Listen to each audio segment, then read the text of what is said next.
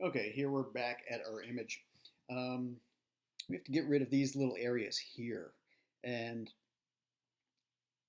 since the original image left some space, I really, ideally, if I had larger paper, so wouldn't have these corners, like if I created this big, giant, wide, smooth background everywhere, I wouldn't have to do this. But the reality is, paper is only so wide, and conditions change as we go. So this rasterized layer, that that's my final layer up to this point. So in case this stuff doesn't work, I'm going to make a copy of this rasterized layer. I'm just going to drag it down to my make new copy. All right, Command Z to undo that.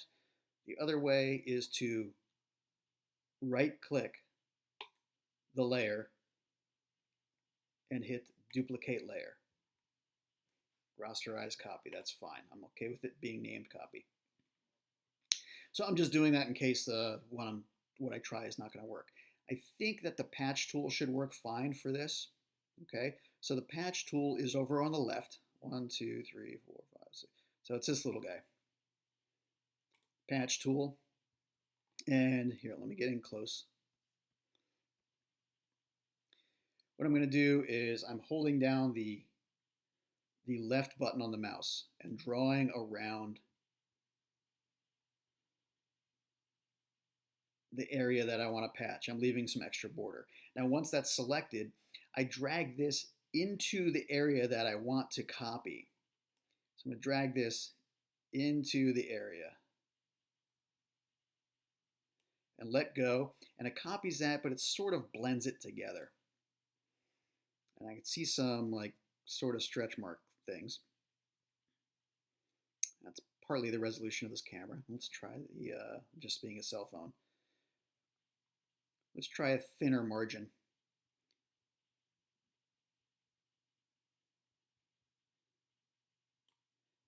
And I can drag it.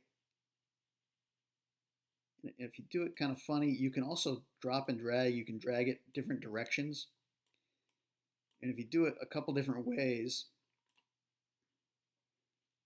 sometimes you get these lines. You can tell what was going on. Let's see. Let's do it again to correct those lines there. I see some pattern here. So what I'm going to do is take the healing brush tool. Now the healing brush tool is going to copy the part that you sample and also consider what you're copying over. But I need to figure out where I'm sampling from. So I'm going to option and click. This is the area I'm sampling from. And I'm sort of just holding down the mouse button and painting over these guys. I'm getting rid of some of that regular texture pattern, so it looks more random and more natural. I'm going to do the same thing up here. This is a little bit. I'm going to option click here, so that's my source. I'm just gently painting over some of the areas that look patterned. So I'm going to option click here. That's my source, and I'm just going to get rid of this little dot. Option click here, and then I'm going to hold the mouse button down and paint over here. Okay. So pretty good. That's where we were, and that's where we are. Now, one of the things that's getting to me with this picture is that I see a color cast. So over here on the right is a little blue-purple, and over here on the left is a little yellow. So I want to color correct. I want to balance that out so this stuff looks more gray, more neutral gray. And I'm less concerned with the background, but the background is telling me what's happening on the main subject. Like, I know the corn in here is yellow, but this brown is yellow. Everything in here is just a little too yellow. So I have color cast for sure. In this world, the one we're talking about in Photoshop, and in white balance or gray balance or color temperature, color opposites are paired. So color opposites are blue and yellow. Blue and yellow are color opposites, and green and magenta are color opposites. So if we have too much yellow here, we need to add some blue. We've got magenta, green, purple. That we're going to kind of leave alone. But so we're just going to take care of this yellow color cast. So we need to make a new layer. Again, we can go down to the symbol, make a new layer, Command Z, or we can go up here to the top, hit Layer, New, Layer. I'm going to name this Color Correction. Color Correction.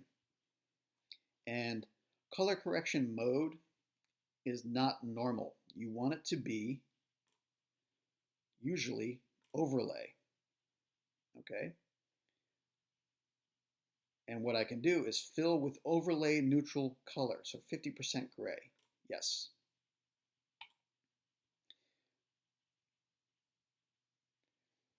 So if I want to go from not fixing anything here on the right to eventually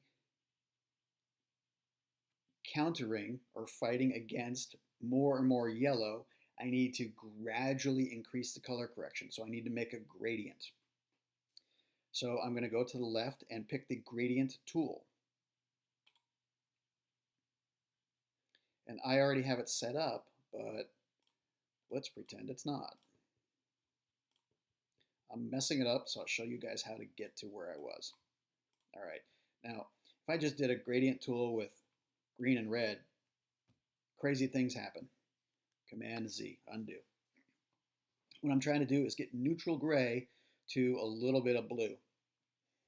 Now neutral gray, I just have it memorized as 808080. I'm going to cancel that. If we don't have it memorized, what we can do is change my layer to normal. Make sure it's filled, it already is filled, but make sure it's filled with 50% gray.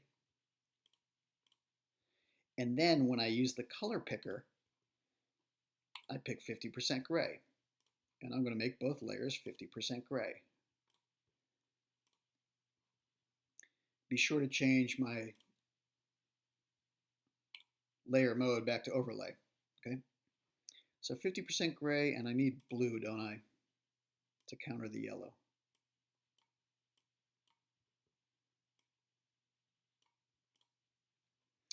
So if I take the gradient tool, and let's see, things look good here, things look good by the hot sauce bottle, and it starts to get yellow right about in here. So I'm going to start my gradient from here, hold the button down, and move all the way just to the edge. Yeah, that'll do it. So I can see how things get more and more blue as I go.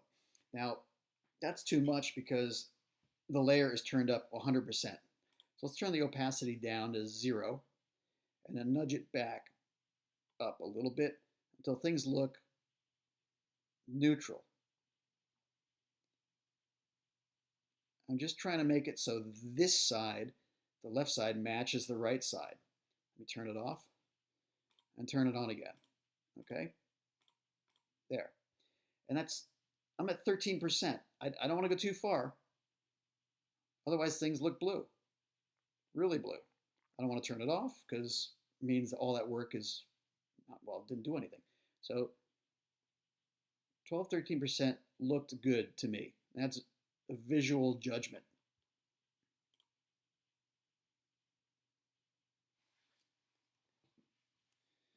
Let's see. Okay, so we did all this work. I'm going to select the background copy, go to the top, color correction,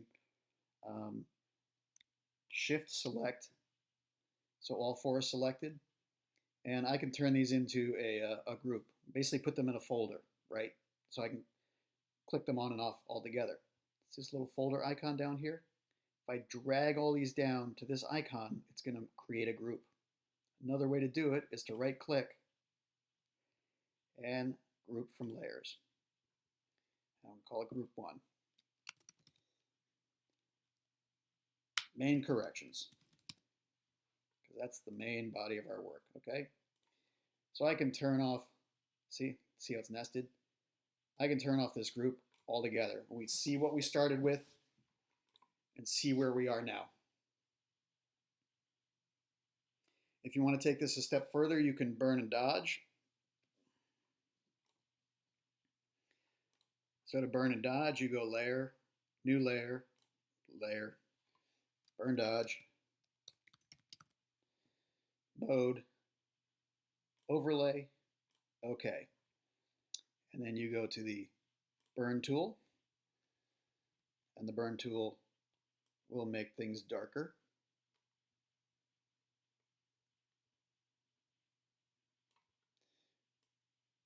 The dodge tool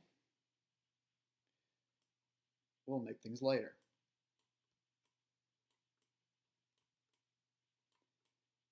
And this is something that you should do slowly and carefully.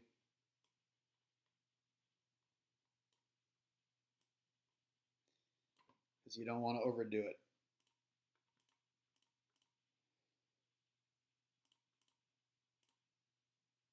Oh, classic mistake. You know what I did? I was burning and dodging on nothing. I forgot a step. This needs to be filled with neutral gray. So, edit, fill, 50% gray, which is down here. Now, when I use the dodge tool, stuff should get lighter. Actually, let me be heavy-handed about this, and I'll turn it down later. So you see how things are getting lighter?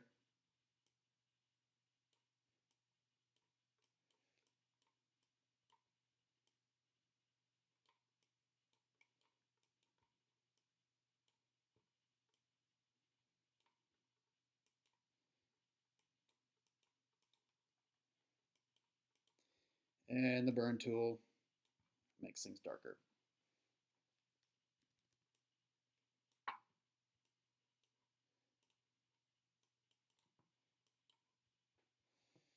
We turn it off. Before, after, before, after, before, after. And it looks a little cartoonish, so I'll turn the opacity down to about 30%. Before, after, before, after.